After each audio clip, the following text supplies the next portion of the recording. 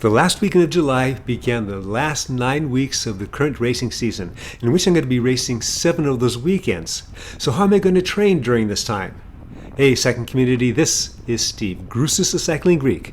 First, I want you to keep in mind that whatever I tell you about the plan I created for myself is based on the previous training that I've done, starting from the off-season. For those of you not familiar with my channel, I have a solid base of endurance built. I have a VO2 max that Garmin says is at 59. I don't know if that's good or how they calculate it. My weakness is flat land sustained efforts, and I'm 70 years old. Here's something that's coming up that I was not able to do 1 month ago. In that same situation, the rider in front of me loses contact with the wheel in front of him, and there's a big gap. Now, 1 month ago, all I could do is just hang on that guy's wheel. Now I'm able to jump across and stay connected. So this is a practice race that we do on Tuesdays. 1 week we'll do this Pumpkin Valley Circuit race course that you're seeing, and then another week we'll do what we call the World Championship ride. These rides are led by the local elites, which includes a multi-year Masters National Champion in a much younger category than I'm in. A couple months ago, in a video, I mentioned that I couldn't hang with these guys, and so I went with a group that was more closer to my abilities. After a combination of that group dying out and my getting a little better, I finally jumped to this group. Now I can hang with them for enough of the workout that I get benefit from it. In cases where I get dropped too early, like I did last week with the World Championship ride, I'll peel off and do 3 sets of 30-30s. Where I can do 30-30s or 60-60s in lieu of this, having this type of group, going to the edge, almost falling into the abyss, hanging on though to do another effort, that's where I get the greatest value, the greatest benefit. This brings us to my overall training plan, where this workout is my main workout midweek. Since I limit myself to 2 high-intensity workouts per week, the other high-intensity workout, well, that's the race. Now, every weekend I'm going to be racing just one of those days. On one of the weekends, I'll be racing both days.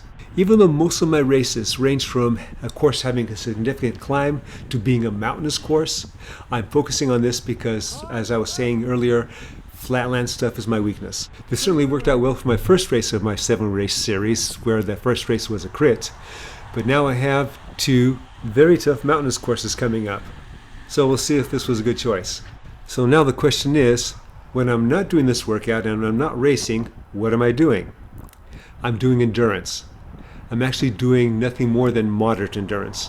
I keep it easy on those other days for the primary reason of got to protect this workout and I got to protect the race.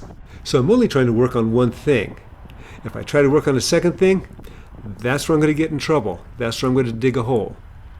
Okay, so this Pumpkin Valley Circuit race course, there's 3 sections that are significant. One is where the video first started, where the guy came off. We were coming off of a crosswind. The second section is a 105-degree turn that leads into a descent. If you don't turn well and you create a gap, that cross headwind can make you use a lot more energy to get reconnected. And the third section of note on this course is where we are now, the climb. Whenever I came out in the previous years, this is where I would get dropped on the first or the second lap.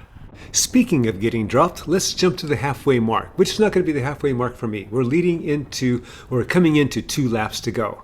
So this is the 105-degree turn. I learned long ago on how to take this, and we have a few less riders in our group. Even though this is a downhill, with these guys, I'm either pounding a lot of power or I'm resting as much as I can. And that all depends on how well I took that turn at the top. After a bit of recovery on the tailwind section, we now come into the crosswind section.